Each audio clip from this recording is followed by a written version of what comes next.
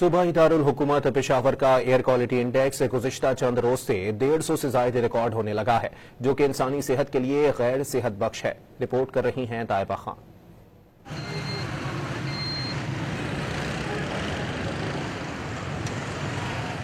پھولوں کا شہر کہلانے والا پشاور اب بدقسمتی سے پاکستان کے آلودہ ترین شہروں میں شامل ہونے لگا ہے۔ حالیہ دنوں میں پشاور کا ایئر کوالٹی انڈیکس 150 سے بھی تجاوز کر گیا ہے، جو کہ غیر صحت بخش درجے میں آتا ہے۔ حیات آباد اور اس ایریا کے قریب جو پارٹیکولیٹ میٹر کی کنسنٹریشن تھی وہ 50 سے زیادہ تھی، جو کہ بہت خطرناک ہے۔ ورلڈ ہیلتھ آرگنائزیشن نے اس کا جو مقدار رکھا ہے وہ 15 فضاؤں میں بڑھتا ہوا دھواں، گرد و غبار، گاڑیوں کا دھواں، یہ سب عوامل مل کر نہ صرف پشاور کی فضا کو آلودہ بنا رہے ہیں بلکہ مختلف بیماریوں کی وجہ بھی بن رہے ہیں۔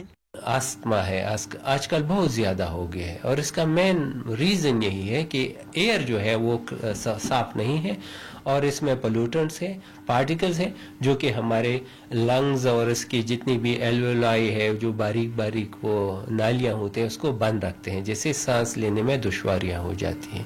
ماہرین کے مطابق فضائی آلودگی پر قابو پانے کے لیے زیادہ سے زیادہ درخت لگائے جائیں اور دھواں چھوڑتی گاڑیوں اور فیکٹریوں پر پابندی عائد کی جائے۔ کیمرمین حسن بلال کے ساتھ طائبہ خان، ڈان نیوز پشاور۔